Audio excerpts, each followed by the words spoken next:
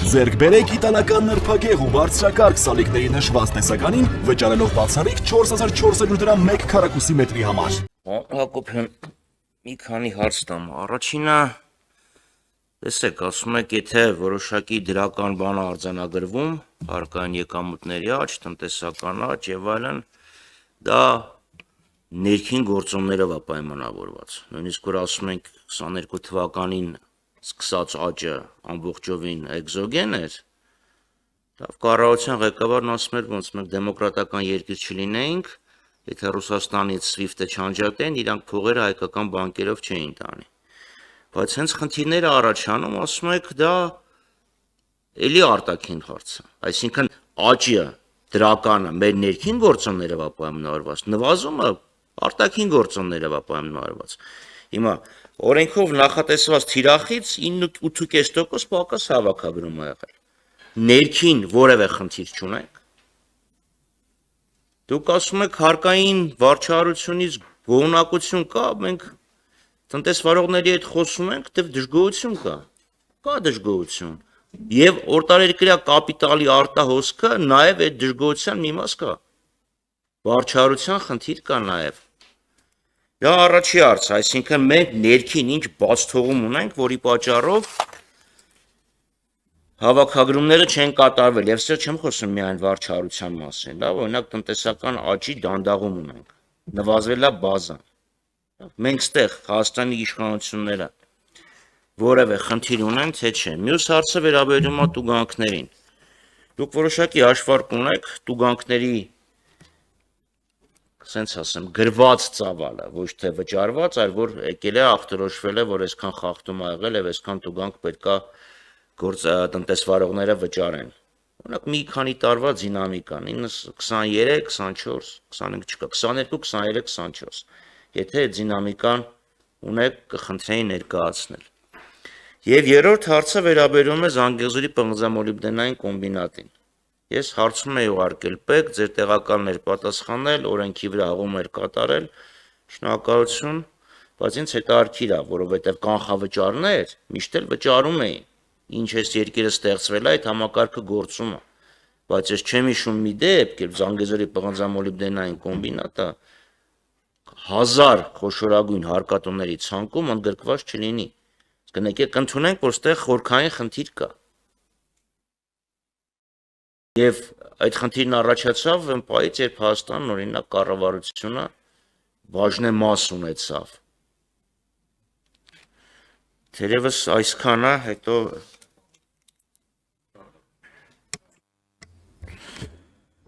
տեսեք, ես նախ չասեցի նրա մասին, որ տնտեսական աճը ամբողջությամբ էկզոգեն գործոններից է կախված, դրա մասին չնշեցի։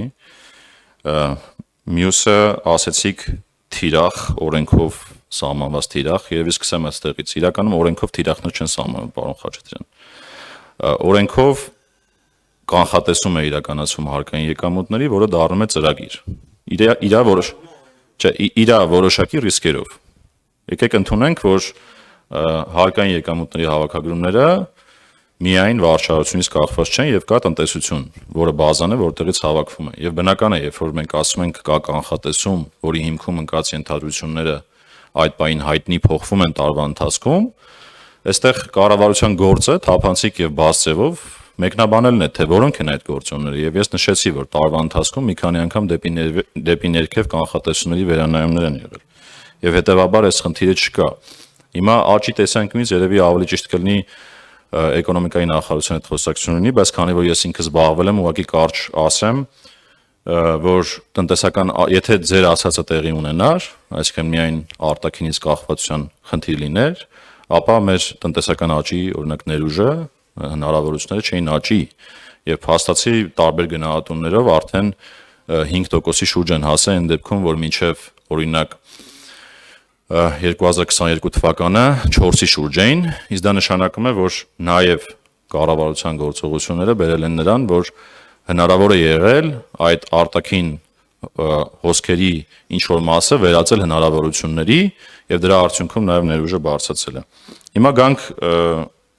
վարչարության խնդիր կա, դժգոհություն, միգուցե այստեղ փաղագծերը բացեք եւ կոնկրետ ասեք, թե ինչը նկատի ունեք։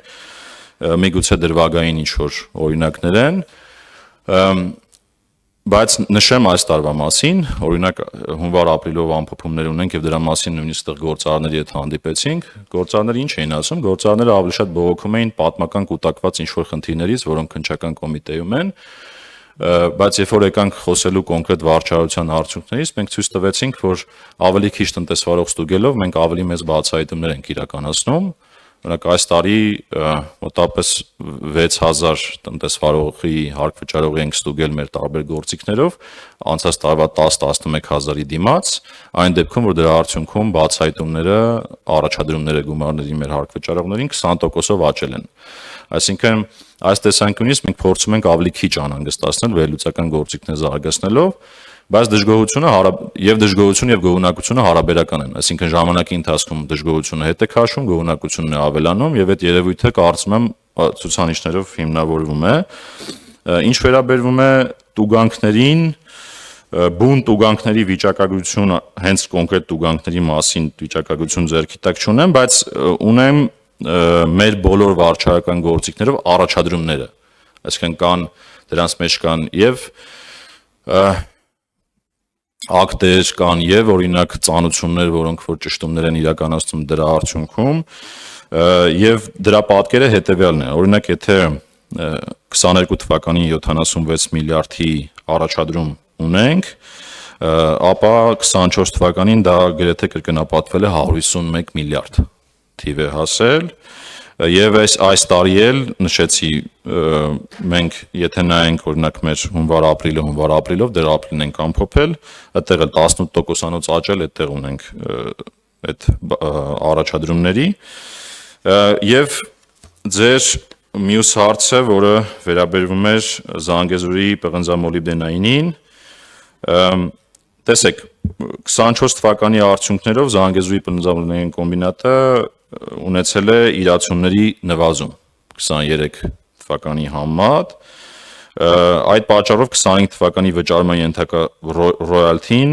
ոնց որ նվազել է եւ բացի այդ, քանի որ 24 թվականին վճարվել էր ավելի մեծ կանխավճար,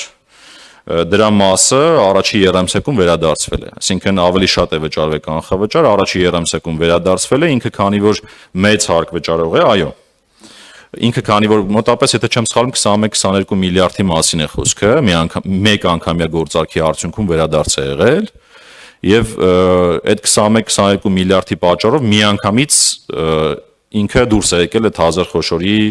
հարկ վճարումների ցանկից, բայց դա դեռևս չի նշանակում, որ օրինակ հաջորդ եռամսյակին Զանգեզուրի պղնձամոլիբդենային կոմբինատը չի հայտնվելու 1000 խոշորի ցանկում։ Սա է եղել հիմնական պատճառը, հետեւաբար ձեր ասած մեկնաբանությունները այստեղ ավելի շատ երկրորդական բնույթ ունեն։ Չէ, պարոն Հակոբյան, ձեր հետ համաձայն չեմ։ Բյուջեն հաստատվում է օրենքով, ամեն թիվ այնտեղ որ գրված է, օրենքը։ Հետաբար որ ասեմ օրենքով ֆիքսված թիրախից պակաս է հայվակել, այդ թիրախը ֆիքսվել է բյուջեի մասին օրենքով 24 թվականի։ Հիմա պատմական կուտակված խնդիրները հասկանում եմ, բայց կարծեմ մինչև 2010 թիվ չի գնում, էլի, կարծեմ դրանք հասկան 3-4-5 խնդիրներ են։ Մյուսը 76 միլիարդից 151 միլիարդ են դարել առաջադրումները։ Հիմա սա նշանակում է կամ մեր գործարարներն են ավելի ոչ պարկեշտ աշխատում, կամ էլ խնդիր կա, գալիս եք եւ վեր աշխատողները եւ սկսում են հարցեր առաջադրել, որոնք արդարացի կամ ոչ արդարացի դժգոհություն են առաջացնում։ Հիմա եթե 76-ից 151 միլիարդ է դարձել, չկար այդ մարդը գոհ լինի։ Էլ եմ ասում, անկախ նրանից ինքը ազնիվ է, թե անազնիվ է, կարող ամենաանազնիվը լինի, դուք իր անազնվությունը բռնել եք։ Հետևաբար ոնց եք գույրում, ասում գոհունակությունը բարձրացել է։ Մյուսը դուք ասեցիք 23-ի նկատմամբ 24 թվականին ունեցել է նվազում։ Շատ լավ ընդունեցի, բայց խոսքը գնում է 24 թվականի 4-րդ եռամսյակի կանխավճարների մասին։ Այսինքն 24-ը 25-ի նկատմամբ դինամիկան ի՞նչ է։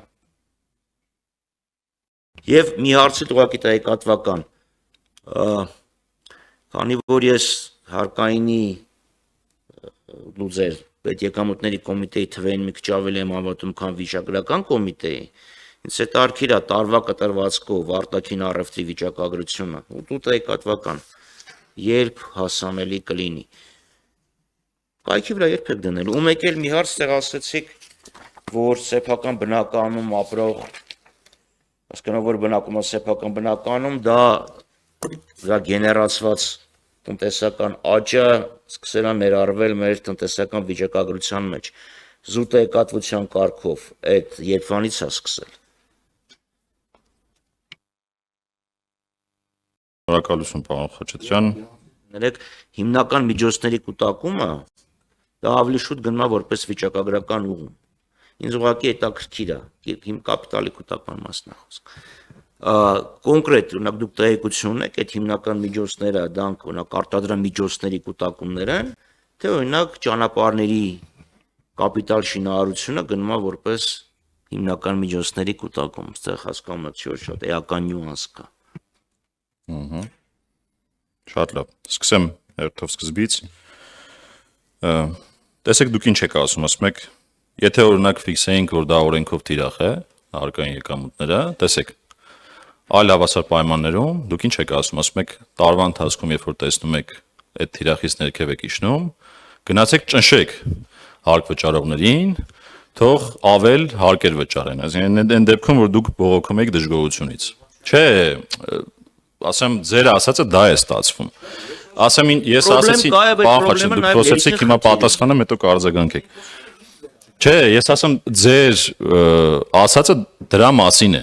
ըստ էության։ Հիմա ինչ է ես ասում, ասեմ, երբ որ տնտեսության բազան փոխվում է եւ դրա մասին կառավարությունը թափանցիկ եւ բաց ձևով ներկայացնում է իր փաստաթղթերում, հիմա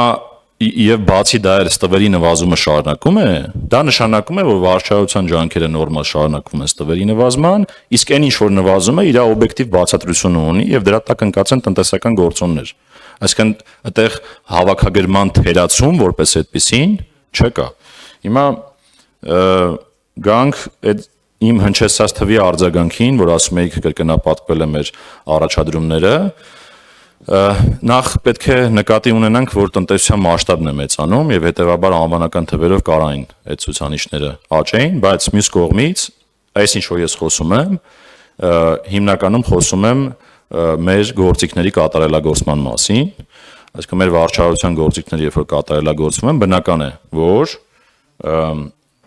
ես նույնիսկ հեսա թվերել ձեզ կասեմ, բնական է, որ կարող են նման աճեր լինել։ Մի մասը ստվերից դուրս բերվող եկամուտներ են, մյուս մասն էլ արդեն վարչարության գործիքների կատարելագործումն է վերլուծական եւ օրինակ ասենք եթե համալիր ստուգումներին եթե մի հատ օրինակ բերեմ 22 թվականին մեկ ստուգման վրա 30 միլիոն է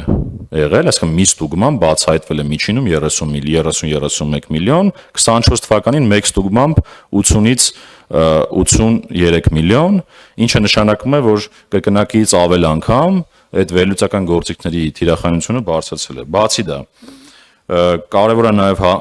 հաշվի առնել, որ օրինակ, տեսեք, նշեցի թվային հետախուզության լաբորատորիայի հիմնումը անցած տարի, թվային գործիքները